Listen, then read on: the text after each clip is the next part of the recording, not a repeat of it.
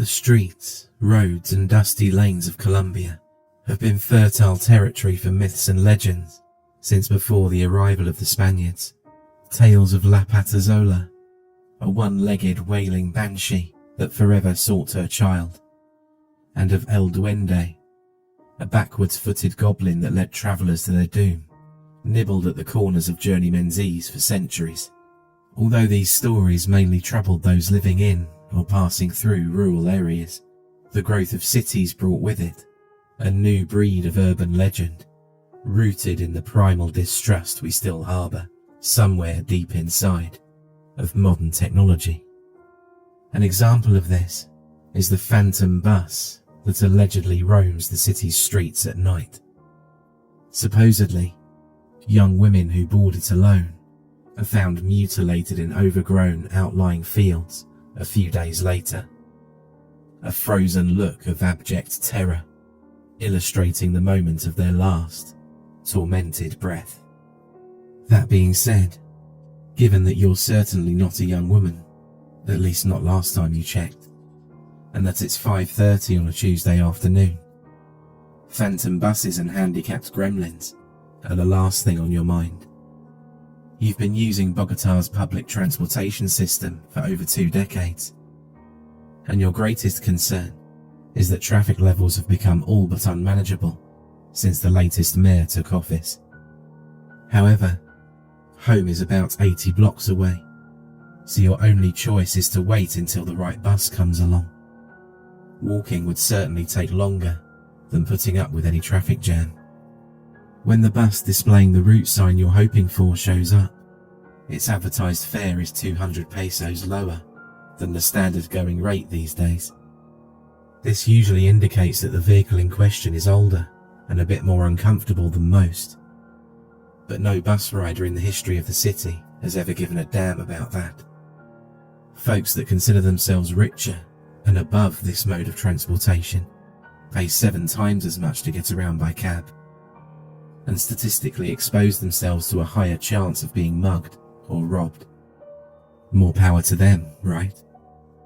Never one to avoid seeking further discounts, you ask the wizened driver if he'll let you on for 1,000. The wrinkled, musty-looking man's eyes never leave the road as he silently takes your bill and slides it in the purse hanging from the bony gear stick. Satisfied, you turn your attention to the cabin. What would make this ride ideal would be an empty seat. Curiously enough, considering the time of day, there aren't enough passengers aboard for anyone to be standing. A few available spots are in sight, so you choose one on the left, towards the middle. Both the aisle and the window seat are free, and you sigh contentedly as you sprawl out on one with your knee nested on the other. This particular trip should be over in no time. The driver's radio is off, and your phone's battery ran out an hour ago. So you pass the time staring out the window and watching vendors ply their wares, and car drivers nod along to whatever music they're enjoying. Your position eventually starts taking a toll on your back, so you straighten up and take the chance to examine your fellow passengers. None of them seem to be riding together, given that everyone's quietly facing the front of the bus. They're also all uncommonly old, not in the sense that they're all over 100, but in the sense that no one seems to be under 75. You find this a bit odd, and for a brief moment, the idea that you don't belong there flashes through your mind. It's a silly thought, but combined with the bus's particularly strong smell of must and metal, it makes you look forward to the end of the trip. Nevertheless, as there are another 30 or 40 blocks to go, you look out of the window again, zone out, and let your mind go where it will for a while. The sight of Pacho's Bakery pulls you out of your reverie 20 minutes later. You get up and make your way past your silent companions to the rear exit, where you hunt for the little silver button that will let the driver know you've reached your stop. As you spot it above the door, you realise that no one's boarded or left the vehicle since you got on, which is particularly weird for rush hour. Shrugging it off as a weird coincidence, you press down on the button and grab onto the handrail. You're sitting on your seat, facing the front of the bus. What the hell just happened? You look around and see that everyone's still where they were a moment ago. Trying to make eye contact with them is fruitless, since they all seem to be lost wherever it is that old minds wander. The thought of saying something runs through your head, but you decide against it. What would you say anyway? You were probably so zoned out that you simply imagined getting up to ring the driver's bell. That's probably it. Your daydreams are occasionally so vivid that leaving them is downright startling. Besides, you're already 2 blocks past your stop. Call it a weird thing that happened on your way home or whatever, but for now, you should just get off the bus. There's no point in having to walk back too far. You once again get off your seat and head for the rear exit, somewhat unnerved by the other passengers' stoic disinterest in everything around them. There's the button, right where you remember it. Except that you can't remember it, of course, since you've never actually been back here. You probably saw it when you got on. After grabbing onto the guardrail, these idiots occasionally decide to stop on a dime when you ring. You look towards the driver and put your thumb on the button. You're sitting on your seat, facing the front of the bus.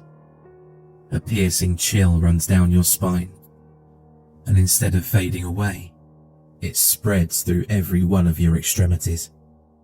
It's not a shift in body or ambient temperature. It's the chill you feel when suddenly consumed by the level of fear that slightly precedes terror. Something really messed up is going on here. You don't know what it is, but you want out. You don't want to be here anymore. A feeling of bitter solitude is now gnawing at your mind. Whatever these people around you are thinking, they clearly don't give a damn about what's going on with you. Therefore, you once again decide to avoid saying anything and simply lift yourself off the seat, not processing the fact that you did it with less agility than should have been the case. All you want right now is to get off the bus. Besides, it's already advanced more than 10 blocks past your street, which suddenly feels like a distastefully long distance to walk. This is all secondary to the point at hand, however. You have to get off this damn thing. As you make your way back, an old lady in the back row looks up at you. Her expression tells you nothing, but the way it fixes on you, on your torso to be precise, as if you were just another chunk of the vehicle, further spikes the almost overpowering sense of dread now coursing through your veins. Whatever, you can't panic, not now. You stand at the back of the bus, and instead of going for the button, yell at the driver. You yell at him to stop, to let you off, that you've already rung twice, but nothing comes of it. You curse at him, tell him what he'll die of, and wish great evil upon his kin, but the door remains unmoved. The man is not listening, or he doesn't care, or he doesn't want you to get off, but you don't give a damn what he wants or doesn't want. So you grab onto the bars, take a step back for momentum, and prepare to send a solid kick right into the column of hinges next to the door. You're sitting on your seat, facing the front of the bus. It takes a moment to register. Maybe more than a moment. Maybe it's a full minute. And as you realise that the bus doesn't want you to leave, you also realise that your right knee hurts with an unnatural, piercing sharpness. It's the same leg you used against the door, and now it feels like it's all but broken. This quickly becomes a distant concern when you attempt to massage it, however, because that's when you notice your hands. These are not the hands of a 25-year-old. They're wrinkly, set with well-defined veins and even lightly patched with liver spots. As you study your hands and arms, cold terror envelops every corner of your psyche. You touch your face and feel wrinkles and whiskers that didn't previously exist upon your cheekbones. Your head is patched with a few anemic strands of hair as your fingertip grazes your coarse scalp. A spark of electricity shoots through it and down into the most private recesses of your being. Your eyes dry up, opened wide in unbelieving, and you feel a 7-ton lump of horror coalesce in your otherwise paralyzed throat. You must leave this evil bus. You must leave it at once before it finishes what it's begun. You carefully make your way off the seat, no need for any further injury, and head towards the front, towards the driver. Perhaps you can reason with him, or perhaps you can club him to death with a flashlight or something, since there are always a variety of trinkets and gadgets at the front. You're sitting on your seat, facing the front of the bus. It takes a good 5 or 10 minutes for you to come to terms with what's happening to you, to understand that your life is vanishing before your eyes. Your hands are now like those of your grandmother. Your back hurts from its base all the way to your neck, and your eyes can barely focus on the huge signs posted above the windows. Even your mind isn't as sharp as it should be. It takes you a while to determine that you should make another attempt at the exit. Perhaps violence is not the answer. Perhaps you can gently pull it open. Perhaps if you treat the bus like a living, gentle being, instead of like a demonic machine, it will let you out, perhaps. The old woman is looking at you again. You notice her blue jacket, which is much too big for her. If it were a blouse of the same size, it would hang loosely off her gaunt frame. A tiny, hesitant tear forms on her frail face, and then follows a meandering path down her ancient features, to land on her wrist with eerie finality. There's a red watch around that wrist, the sort that's currently all the rage with kids graduating from high school. You examine the door. 2 panes joined by a vertical line of hinges, coated on the right by a rubber pad to avoid contact damage. The door is slightly bent inwards, and as you notice this, a glimmer of hope runs through you. If you can just insert you're sitting on your seat, facing the front of the bus. You start screaming internally. Something deep in your psyche knows that this isn't normal, that this isn't right. You need to do something. You need to do something now. But you can't think clearly now. The panic turns to indifference. The terror turns to calmness. What was it you were so scared about now? You can't remember. You're sitting on your seat, facing the front of the bus. After a long time, you glance down at your hands. They're the gnarled, rheumatic, blood-splattered claws of a hag that's seen more than one generation's share of horrors. A hag? A hag is not the right word. A hag is a woman, right? At least so it was in Mother's stories, like those of La Patazola.